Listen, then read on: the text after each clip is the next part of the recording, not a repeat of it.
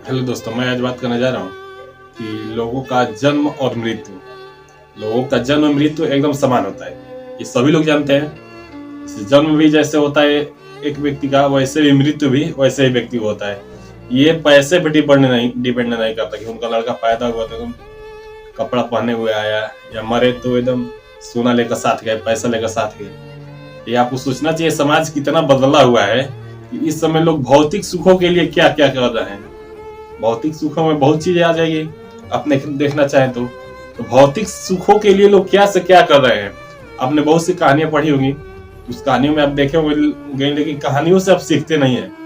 जैसे सिकंदर मरा था तो क्या कहा, अपने हाथ बाहर निकाल दिए थे, जो पैसे थे वो रोड पे बिछा दिए कि मतलब जो व्यक्ति है वो अपने साथ कुछ लेकर नहीं जाता है।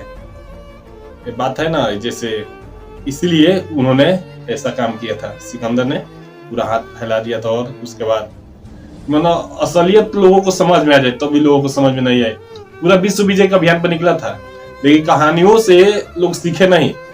उसके बराबर साम्राज्य बनाने में लगे हुए। जितना भी आप इतिहास देखेंगे उसमें यही घटना हुई है। लोग उसके बराबर साम्राज्य बनाने में लगे हुए, लेकिन उसकी कहानियों को नहीं देखे कि वो अपने हाथ कैसे फैलाए हुए गया या जो बातें कह गया वो सत्य हुआ कि नहीं। कोई भी कुछ लेकर नहीं जाता है, फिर भी लोग उसमें लगे होते हैं। सबकी जन्म और मृत्यु एक समान होती है, ये आप भी जानते हैं, हम भी जानते हैं, लेकिन आपको इन पर विश्वास नहीं होता है। लोग आदमी माया के जाल में एकदम फंसा हुआ होता है। माया के जाल को भेदने के लिए हर एक धर्म में, जैन धर्म हो, बौद्ध धर्म हो, हिंदू धर्म हो, जैसे सनातन धर्म हो, तो उसमें माया के जाल भेदने के लिए अलग अलग विचार दिए गए हैं। हर विचार को जैसे आप सुनेंगे वैसे आपके मन में भावनाएं आएंगी, तब आप उसके प्रति जागरूक हो गए। लेकिन आप सुनेंगे तब ना, जब सुनेंगे ही नहीं तो जागरूक कहां से होगे।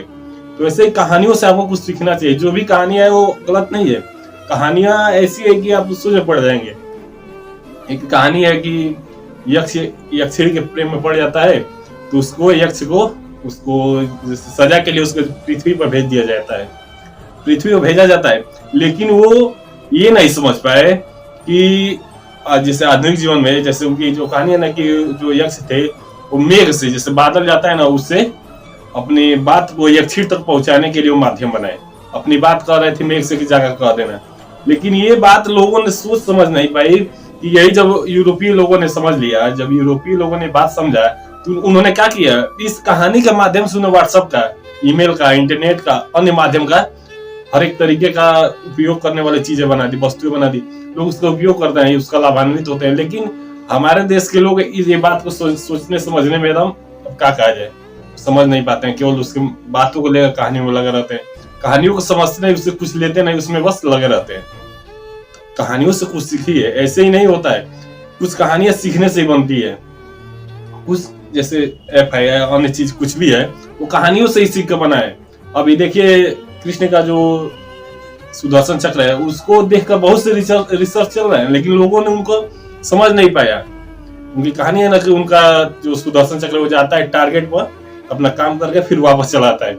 लेकिन बहुत से लोगों ने इस बात को नहीं सोचा कि अभी सोच रहे हैं, लेकिन उस पर अभी कार्य कर रहे हैं, लेकिन वो कार्य अभी सफल नहीं हुआ। लेकिन जब कहानियों को सोचेंगे तभी ना होगा, जब सोचेंगे ही नहीं तब होगा कहाँ।